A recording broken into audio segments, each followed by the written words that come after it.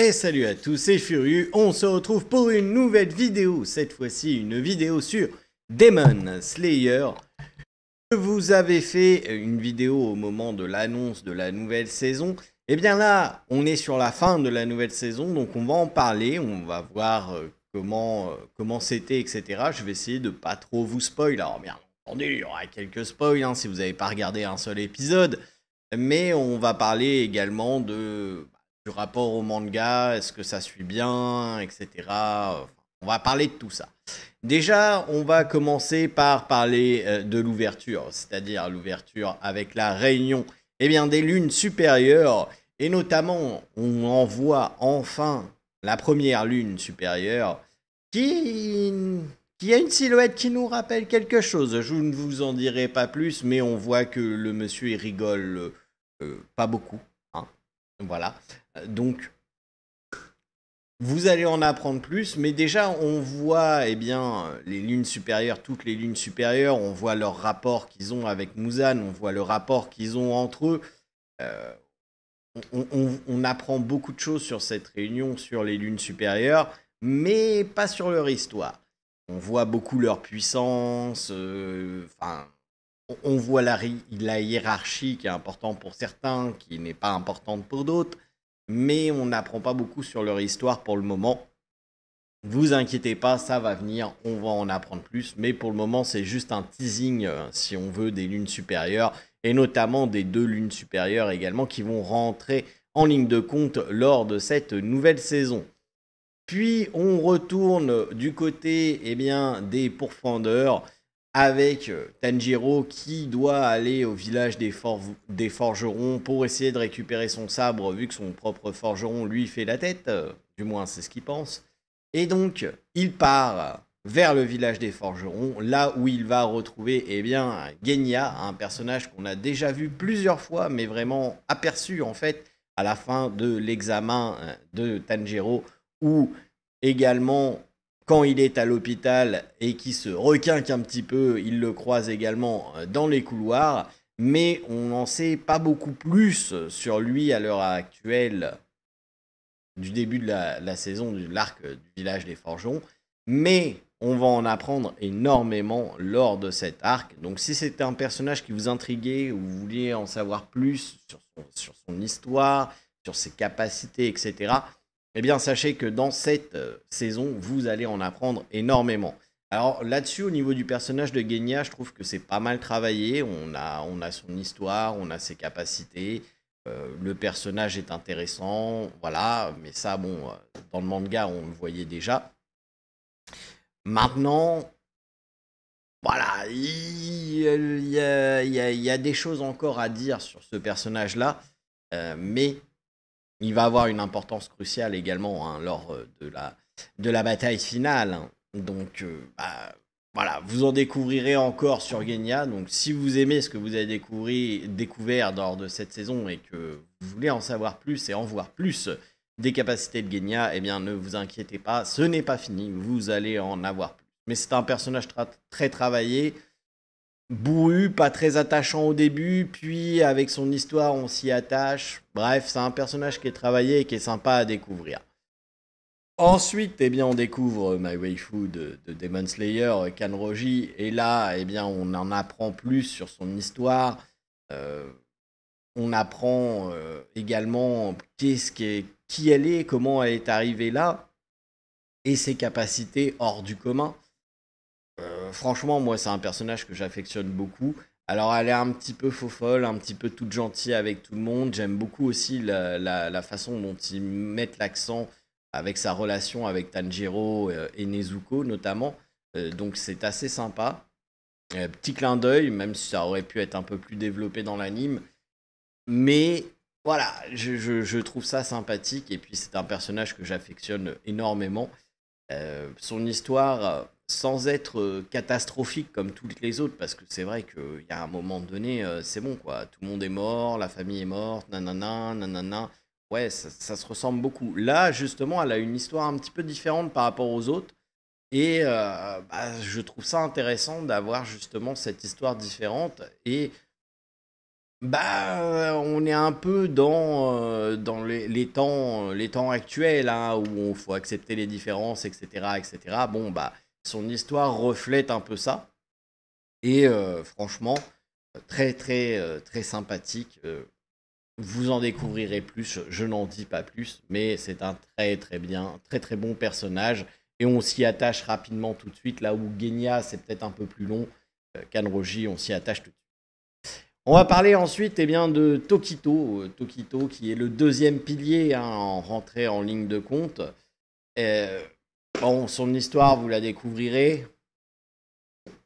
Lui, par contre, son histoire, enfin, à part quelques petits rebondissements, on va dire, mais son histoire est semblable à peu près toutes les histoires qu'on a de Demon Slayer. Bon, voilà, c'est pas non plus...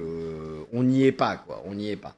Désolé, il faut tout de suite que j'aille faire ça, et je suis pareil. Donc voilà, on est sur une histoire standard de Demon Slayer. Ses capacités sont très intéressantes, en revanche. Voilà, la voix de la brume, on l'a pas trop vue, hein. Là, on va bien la voir. Et je trouve que son combat, même si Kanroji est ma waifu, je trouve que son combat est le plus intéressant au niveau de la saison. Donc, bah, profitez-en, parce que une fois que son combat est fini, voilà quoi. Bon, après, il y a effectivement le mélange des pouvoirs de Nezuko et de Tanjiro qui est sympathique, mais je ne tease pas plus. Voilà. Mais pour moi, le combat de Tokito est le plus intéressant de la saison. Même si, et là on y vient à un bas qui blesse, moi, Demon Slayer, je suis très.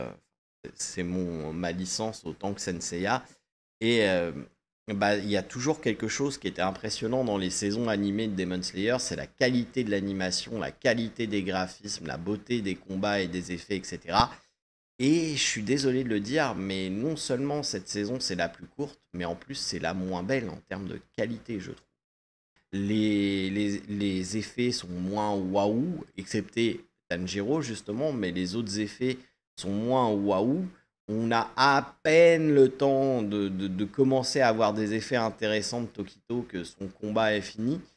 Les Kanroji, on voit pas grand chose, hein. Effectivement, on n'est pas sur deux piliers qui ont des attaques de la mort, mais je suis désolé, Tensui, c'était pas non plus le son, c'était pas non plus voilà, des effets de la mort, comme des flammes ou de l'eau, mais ça reste quand même que la qualité graphique de son combat était vraiment très intéressante.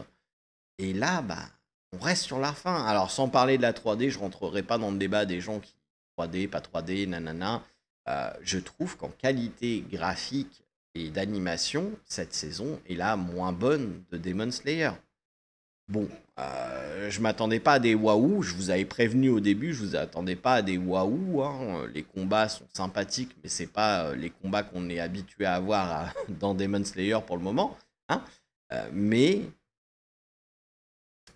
j'espère qu'ils vont se rattraper sur les saisons à venir. Le fait que ça soit la saison la plus courte aussi me fait peur, parce que bah, ça veut dire qu'ils sont en train de nous préparer une saison entraînement. L'arc, ça va être entraînement. Voilà, bon, bon, à voir. Mais je, je pense qu'ils auraient pu faire le village des forgerons et l'entraînement en même temps. Ça aurait fait peut-être une dizaine d'épisodes en plus. Bon, une saison peut-être un peu plus longue, peut-être. Mais faire une saison sur un arc d'entraînement, j'ai peur. J'ai peur qu'ils nous fassent ça pour histoire de faire durer la veine Demon Slayer, entre guillemets, hein, qui arrache tous les prix, hein, forcément. Mais voilà, donc non seulement graphiquement, c'est pas super, animation, pas super. Je parle du standard Demon Slayer, hein, parce que les premières saisons étaient juste sublimes, hein. Et bah, je suis désolé, mais c'est la plus courte. Donc à la limite, moi je me serais attendu qu'ils portent un soin tout particulier à cette saison, parce que c'est la plus courte. Donc pour en donner plein les yeux à tout le monde. Bon, je suis peut-être un petit peu critique, hein, un petit peu. Voilà, je rentre un petit peu trop dedans. Mais pour moi, c'est la vérité. J'ai la sensation que par rapport au quartier des plaisirs, au train de l'infini, ou même à la première saison, euh, on est en dessous, voilà, du standard Demon Slayer. Donc, bon, je suis un peu déçu de ce côté-là. vais pas vous mentir. Ensuite, eh bien, on va en découvrir un peu plus sur Yoruichi, qui est mon perso de la licence. Ça fait poster, je le trouve très stylé. On en apprend pas beaucoup encore. On voit qu'il a un rapport avec la famille de Tanjiro, mais qui ne fait pas partie de la famille de Tanjiro en tant que tel. Vous allez en apprendre plus. Voilà, il y a eu des petites brides qui ont été laissées. Si vous êtes très attentif à ce que dit Yoruichi dans les souvenirs, enfin, des souvenirs, dans les flashbacks que Tanjiro a, je vous en dis pas plus, mais ça va envoyer du pouls. Ne vous inquiétez pas, il est pas juste là pour faire beau. On va voir des capacités de lui, on va voir ses combats.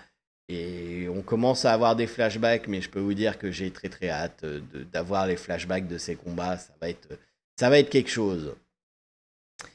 Ensuite, eh bien, on va parler quand même des lunes supérieures. Donc, on a 2 lunes supérieures, Gyoko. Bon, je suis désolé, hein, mais quand on voit les 3 premières lunes supérieures et qu'on voit les 2 lunes supérieures qu'on nous a collées, bon, on s'attend pas à des combats exceptionnels. Et que ça soit Gyoko ou Antengu. Bon, Antengu encore, à la limite, pourquoi pas, on a la partie des 4 clones qui sont super sympas. Le dernier, on retrouve les dragons en CGI et je trouve pas le combat exceptionnel, hein. Même si on voit bien les capacités de Kanroji dans le combat.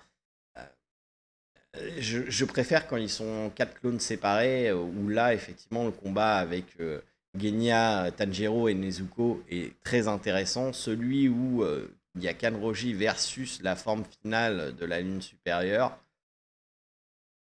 je suis pas fan. Je suis pas fan, voilà. Je suis pas fan. Et en termes de puissance, je suis désolé, mais pour moi, ils ont l'air moins puissants que les lunes supérieures qu'on a vues précédemment. Et des lunes inférieures. Et la seule chose qui fait qu'on a un sentiment que ces lunes-là sont puissantes, c'est l'apparition des marques sur Tokito et Kanroji. J'en dis pas plus, mais en dehors de ça, j'ai l'impression que c'est moins fort que les précédents gros démons qu'on a vus, entre guillemets. Voilà.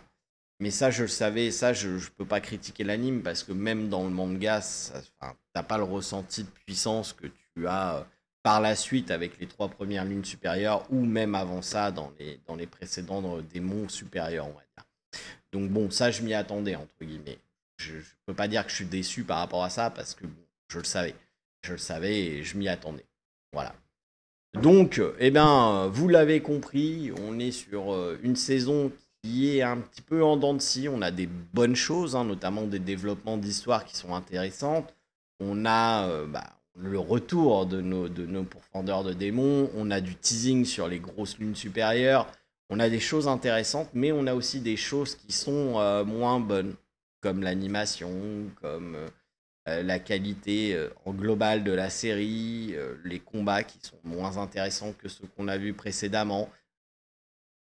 On a l'impression peut-être que ça a voulu être trop rapide, je ne sais pas. Je ne pourrais pas vous dire. Ce que je sais, c'est que pour moi, eh bien, c'est une saison mi-figue, mi-raisin actuellement. Voilà. Donc à voir ce que ça va donner par la suite. Mais moi, je suis un petit peu déçu de cette saison. Je ne vais pas vous mentir. Voilà. C'était mon avis sur cette saison de Demon Slayer. Je vous souhaite à tous de passer une excellente journée, soirée, nuit, peu importe quand vous regarderez cette vidéo. Et je vous dis à très bientôt pour de nouvelles aventures. Sur ce, ciao tout le monde.